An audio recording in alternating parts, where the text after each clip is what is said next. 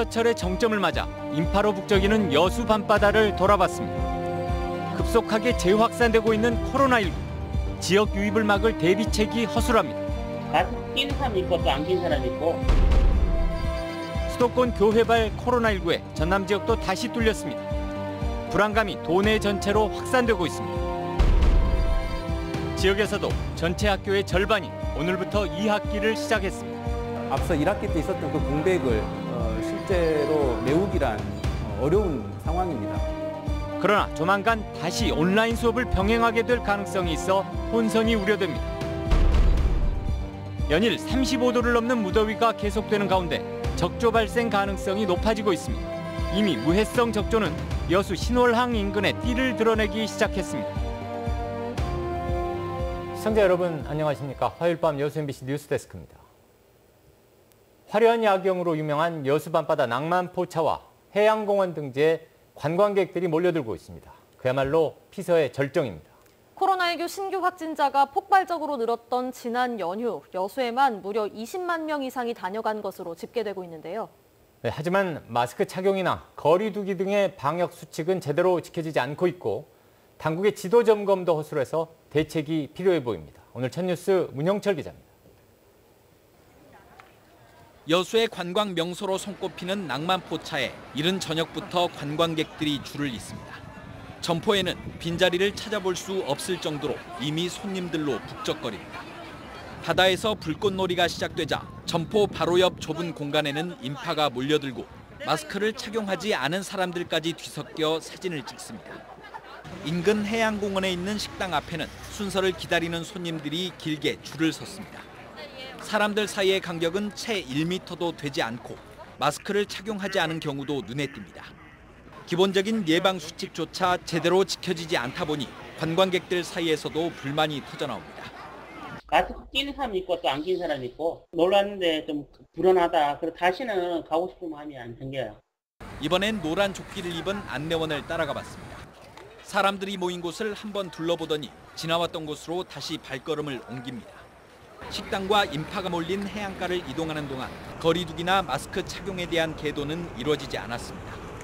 여수시는 직원들과 안내원을 투입해 매일 홍보와 계도 활동을 진행하고 있다는 입장이지만 주민들은 코로나19에 대한 위기감이 최고조로 치닫고 있는 상황에서 지자체의 대처가 허술하다며 불안감을 토로합니다.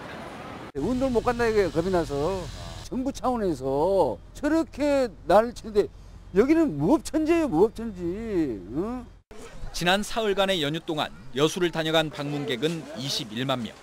일부 관광객들의 안일한 인식과 방역의 허점이 남해안 대표 관광지란 명성을 무색하게 하고 있습니다.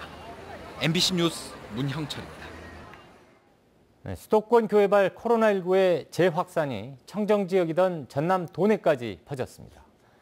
제주에서 김포공항까지 순복음교회 교인과 같은 비행기를 탔던 것으로 확인된 남성 등 2명이 확진 판정을 받아서 전남의 작은 마을이 불안감에 휩싸였습니다. 김진선 기자입니다.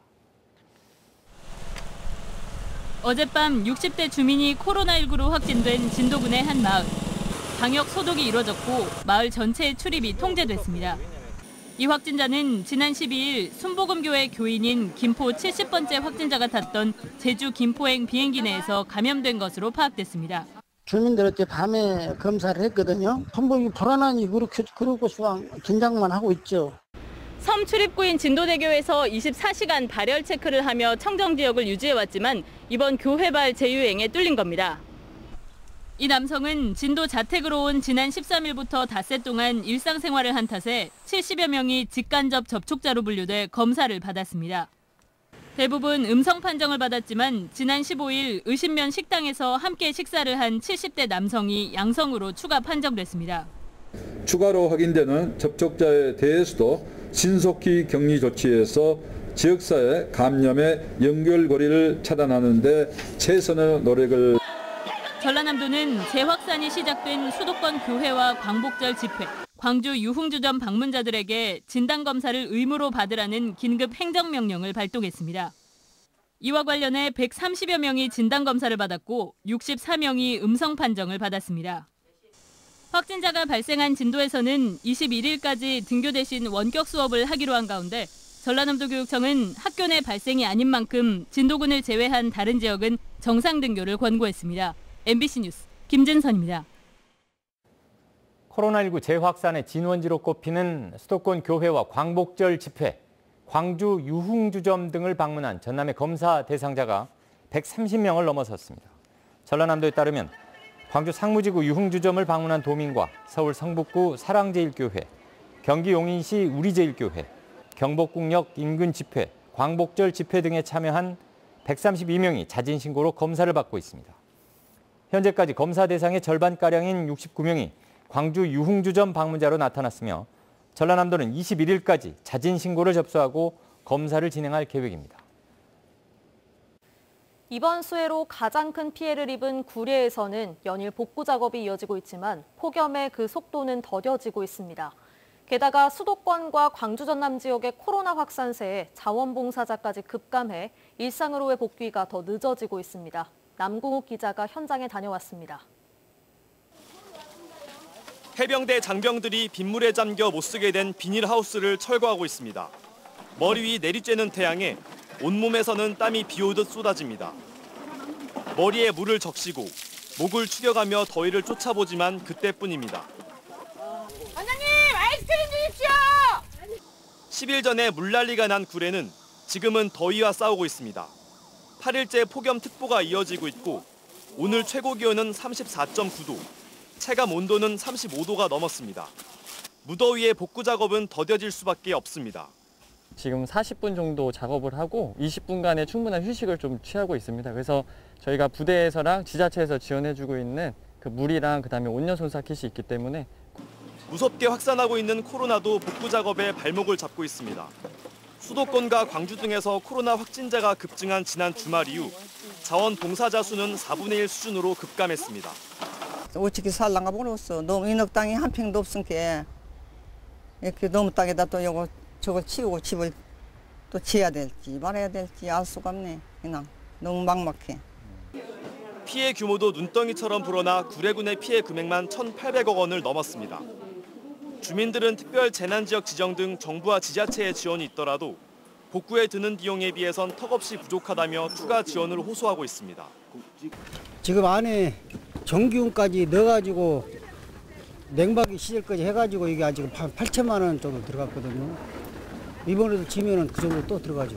포기해야 될 입장입니다. 지금. 하루아침에 모든 것을 잃어버린 구례 군민들. 하루빨리 일상으로 돌아가길 바라고 있지만 폭염에 이어 코로나까지 덮치는 바람에 주민들의 고통은 계속되고 있습니다. MBC 뉴스 남궁욱입니다. 내일도 전남 동부 지역에는 낮 최고 기온이 35도까지 오르는 무더위가 이어지겠습니다. 전남 동부 전역에 폭염경보가 내린 오늘 낮 최고 기온은 광양 35.8도를 최고로 순천 35.7도, 고흥 34.2도, 여수 33.2도를 기록했습니다. 연일 이어지는 무더운 날씨로 현재까지 여수에서는 음주 후 길에서 잠들다 탈진한 61살 박모 씨를 포함한 10명이 온열 질환으로 치료를 받고 있습니다. 기상청은 온열 질환 발생에 대비해 수분과 염분을 충분히 섭취하고 격렬한 야외 활동은 자제해 줄 것을 당부했습니다. 집중호우에 이어 적조 발생 가능성이 높아지면서 피해가 우려되고 있습니다. 현재 여수 신월항 인근에는 무회성 적조가 분포한 상태이며 한평만과 완도 해역에 고수온주의보가 내려지는 등 적조가 발생하기 쉬운 기상 여건이 만들어지고 있습니다. 전남에서는 최근 5년 동안 2017년을 제외하고 매년 여름 적조가 발생했으며 어류와 전복 등 540억여 원의 피해가 났습니다.